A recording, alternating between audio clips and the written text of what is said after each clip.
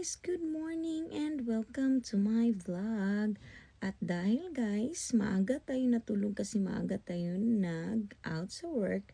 So maaga din tayo nagising. Ito na naman, minumulto na naman tayo ng ating mga damdamin sa tulog.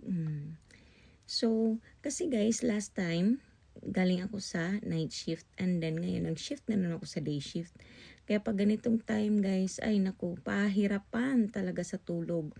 Para nang na-abnormal ang tulog ko guys. Parang ako na din abnormal.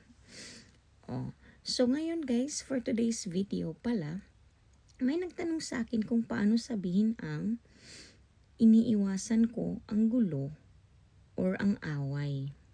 So, ganito siya sabihin in Japanese guys. Kenka o negiteimasu or kenka o negiteiru desu. So, kung gusto mo sabihin iniiwasan ko lang po ang gulo, ganito siya sabihin sa Japanese. Kenka o sakiteiru daki desu. Kenka to ka mendou dakara sakiteiru daki desu.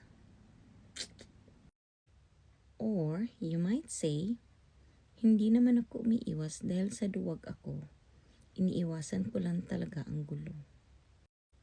In Japanese naman guys, you might say, Betsu ni negiteru wake janakute, kenka o sakiteiru dake da yo.